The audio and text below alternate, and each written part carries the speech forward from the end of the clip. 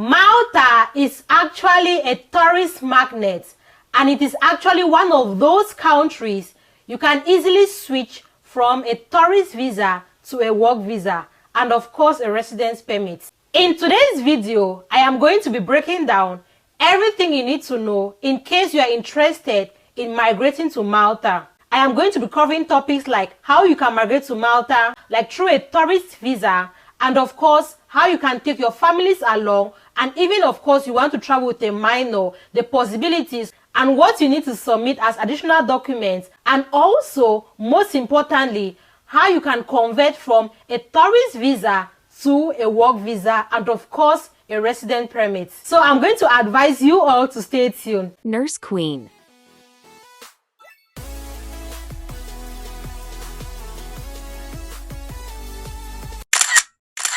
Hello everyone, welcome back to my YouTube channel and thank you so much for tuning in again. To my new subscribers, you're all welcome to my channel, and to my old subscribers, thank you so much for sticking around. And if you're still thinking of subscribing, please do so immediately and join the family. If you know anyone out there who intends to migrate abroad, please refer them to my channel, because on this particular platform I break everything down in terms of migration, starting from the visa type, documents needed, where and how you can apply, and with all of these informations provided, trust me, you don't need an agent, because these are all simple things that you can do on your own. In order for you to apply for a tourist visa, I'm going to list out the required documents. So if you can pick up a pen and a paper to write everything down, then it's going to be much easier for you. So the first thing is that, just like every other visa application, you need an application form which you have to fill and sign.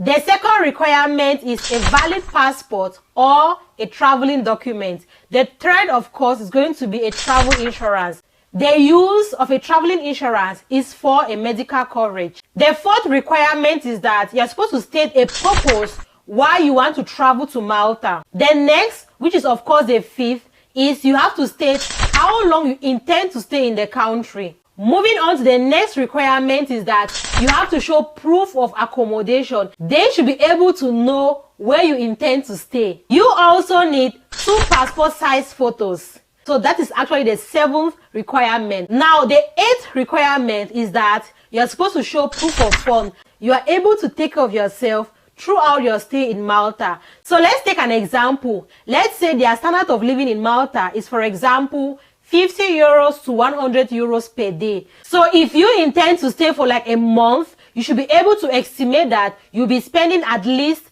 1,500 euros to 3,000 euros per month. If you intend to stay longer, then you can do the mathematics.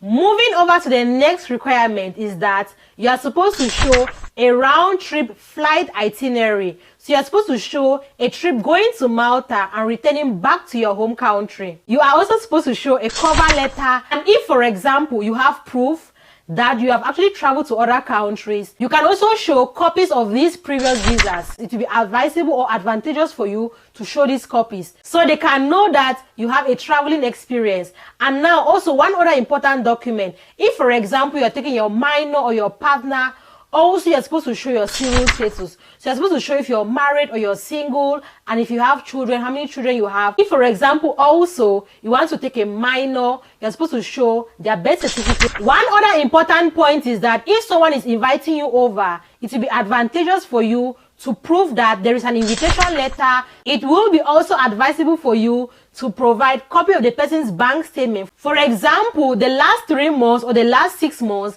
and also a copy of the person's work contract if necessary, and of course the person's house contract. All of these are necessary in case of reference. There are some of those tricky additional documents, like for example, if you have been employed, they need for example your employment letter. If for example you're a business owner, they need a copy of your business license. If for example you're a student, of course they will need a copy of your enrollment letter. And if for example you're a retired person, they will also need a copy of your pension statement for the last 6 months. If you intend to travel with a minor, I am going to leave a list on the screen of required documents, like additional required documents, where you can attach also with your own documents or with your own required documents and submit at the consulate or at the embassy. The processing time of their own visa is actually 15 days, but it is advisable to apply for this visa